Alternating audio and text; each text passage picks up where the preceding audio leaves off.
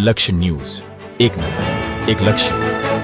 સુરેન્દ્રનગર જિલ્લાના 5 ગામમાં સરકારી જમીન પર ગેરકાયદેસર સોલાર પ્લાન્ટ ઊભો કરવામાં આવ્યો હોવાનું પૂર્વ ધારાસભ્ય ઋત્વિક મકવાણાનો આક્ષેપ.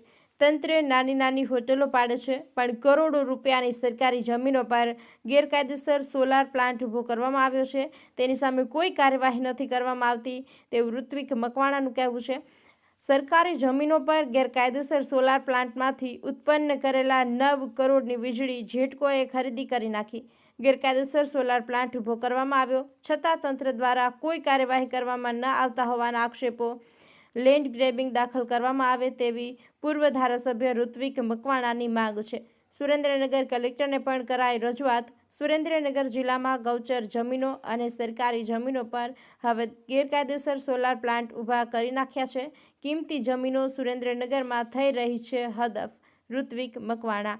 તંત્રની હિંમત હોય તો કાર્યવાહી કરે તેવું ઋત્વિક મકવાણાનું કહેવું છે. બ્રિજેશ ત્રિવેદી, સુરેન્દ્રનગર. આમ જોવા જઈએ તો પોલીસ નાની મોટી ઘરફોડ ચોરી કરે અને ચોરીનો માલ જે જગ્યાએ વેચાયો હોય અથવા જેણે ખરીદ્યો હોય એને પણ આરોપી તરીકે ગણતી હોય છે. સુરેન્દ્રનગર જિલ્લાના સાયલા તાલુકામાં એનજી કંપનીનો એક સોલાર કંપની આવેલી છે, જેણે સંપૂર્ણપણે સરકારી જમીન ઉપર ગેરકાયદેસર દબાણ કરીને એના ઉપર વીજળી ઉત્પન્ન આજની તારીખે પણ કરી રહી છે.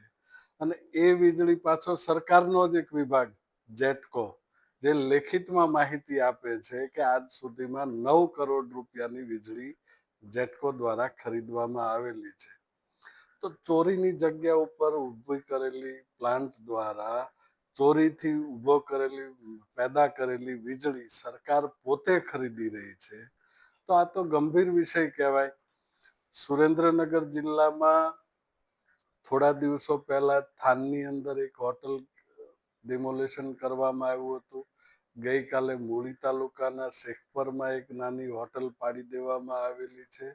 વહીવટી તંત્ર નાના નાના રોજગાર ઉપર તરાપ મારીને એને તરત જ તે દબાણ દૂર કરવાની કાર્યવાહીના નામે આ બધું પાડી દે છે. જ્યારે લોકસભાની ચૂંટણી વખતથી હું વિધાનસભાના ફ્લોર ઉપરથી રજૂ થયેલી વિગતો, જેમાં સાબિત થયેલું છે કે આ સોલાર કંપની છે સરકારી જમીન ઉપર દબાણ કરીને ઊભી કરેલી કંપની છે, ઓલરેડી વીજળી ઉત્પન્ન કરે છે, સરકાર એની પાસેથી ચોરીની વીજળી ખરીદે છે. તો આ તો ચોરનો ભાઈ ઘંટી ચોર, બધા ચોર ભેગા થયા છે.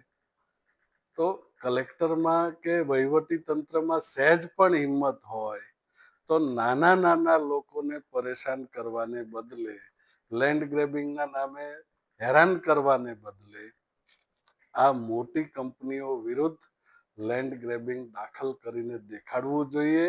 એના ડિરેક્ટરોને જામીન ન મળે એ રીતે પૂરવા જોઈએ અને જગ્યા ઉપર થયેલું જમીન દબાણ એ દૂર કરાવવાની હિંમત દેખાડવી.